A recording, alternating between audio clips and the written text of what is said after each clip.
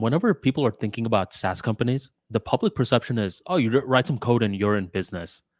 But from the people that I know who actually own SaaS companies, they always say it's way harder than it looks. It's much more complex than it looks, man. You have no idea how many weird niggles we came across in the software as we were doing it that we did not anticipate before. It's completely crazy. It's literally insane how like you don't anticipate the problems you will encounter until you encounter them. Got it. And do you have a team also for customer support? Oh yeah, we do. The team is basically the three co-founders. You send out a customer support email, we will reach out to you. It's not going to be some employee with a desk. It's going to be like we who founded the company are the customer support. We will help you if you reach out to us. How did you and the other founders meet? We met through a different business actually.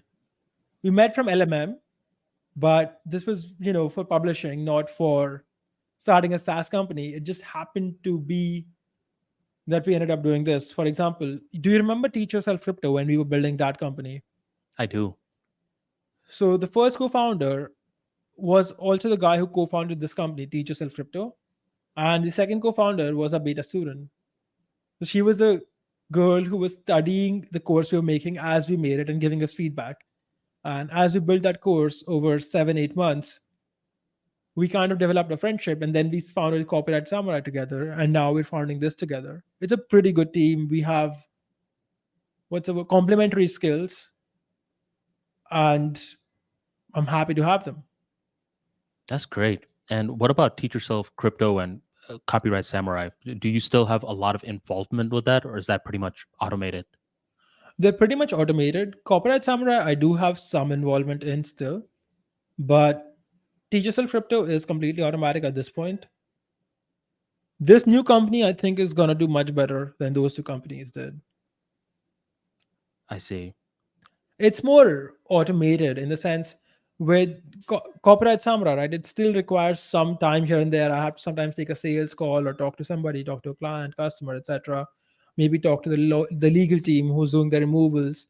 With this, it's pure software. Oh, okay. So, and do you have to release new versions routinely?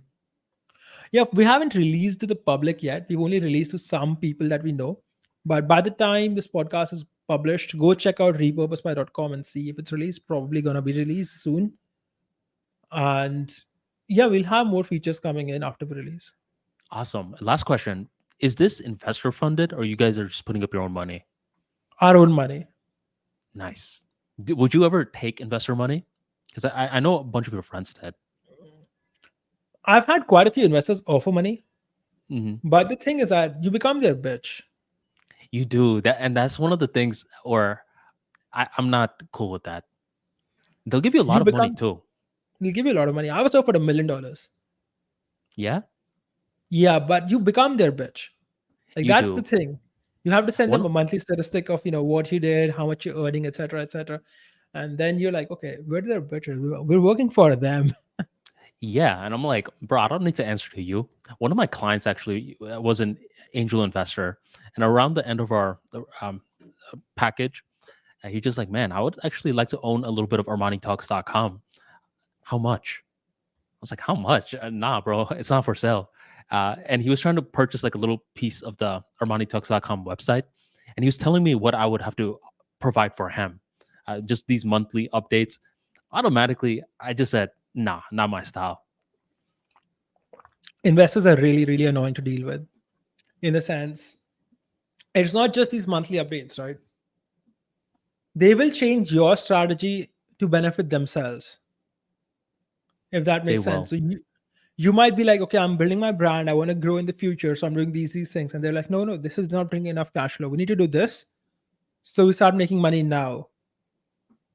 Because they think in terms of quarterly. They don't think in terms of yearly, let alone decade. So a lot of them, they just want immediate money. And it depends on the investors. There are certain long-term investors where people who invest in Amazon, they know they're not going to get their money immediately. Amazon is investing for the future. But other companies, especially SaaS companies, these investors want money now. Yeah, they're in the game of hot potato, right? Where they want you to grow a bit fast get a lot of customers, so you can raise money again, and this time at a much higher valuation, and now they can actually make back the money they paid you. In a sense, let's say that you are a company, you have 10 users, and then you raise money, and then they'll try to do things which give you like users fast, whether you are profitable or not. So you might gain a lot of users but be very unprofitable, but the investor doesn't care about that, right? The investor is like, okay, so we have gotten you a lot of users, now let's do a seed round, and the seed round is going to be for a lot of money, and we'll make a pitch book, etc. We'll try to get people to buy more stake in your company for this high valuation, and we're going to sell some of our stake so that we can recover our investment. And So we that's could make their more business. money. We can make money, right? You guys are fucked. Yeah, man, these guys are leeches. Um, so you've never been tempted to take investor money. Not particularly. I've had my own money, right? So I can invest in my own company. We don't need their money. But I'm not against the concept. I mean, I would not say they're leeches. I would say that you have to be smart enough to know whom you're raising money from and what their priorities are. In the sense that if you raise money from someone like, okay, let me not say a name, but the name starts with Chris. It's he's a very popular investor who does not give a shit about you. That guy only cares about his books. In the sense, he cares about his profitability. He doesn't care about your company. And you can grow your company's valuation really fast by getting a lot of users quickly, while at the same time destroying your company's profitability, if you get me. It's a dumb move for the company, but a good move for the investor who wants to sell a stake. I see where you're coming from. Also, I could see situations for you because you have three businesses that aren't personal brands. Those ones, if you get investors involved, that's fine. But in the future, I'm pretty sure there's going to be more investors looking into certain personal brands and they're going to want to invest in them. And I don't think it's smart for personal brands to take investor money because it's your brand is your business in many ways. Where if it's a non human product, it's easier to take investor money. That's what I've noticed, at least. I agree to a large extent, but it depends on what stage you are at and what stage the market is at. For example, if today you were to start a podcast on a random topic, the chances of you getting traction is actually very low. But if someone could offer you, say, money for 30% of your company, and that person has the relationships and could get you, okay, you can interview this person, this person, this person, he could line up all of that stuff for you, then that could be very valuable and worth the 30%. Maybe without that 30, without selling that 30%, you wouldn't even have crossed 10,000 listens, and now you can get 10,000 listens in your first episode. That's So actually a very good point. That's it a good point. depends. That's a good point because I've seen this in action where with the No Jumper podcast, that's how it works. No Jumper is the network. They'll bring on random talent. They'll give them their own show, their own platform. And this talent goes from being a nobody to now having a fan base. And every now and then they end up leaving No Jumper. And now they're trying to do the same thing by themselves. And they're struggling because they don't have the same connections that No Jumper Network has.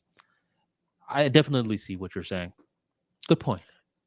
Yeah, it's a bit like, have you seen those shows from Disney when you were a kid, like Hannah Montana or Demi Lovato or Of course Selena not. Gomez's show? Like these girls would not have been popular without Disney, would they? They would not. They were put through the Disney machine and now they have careers.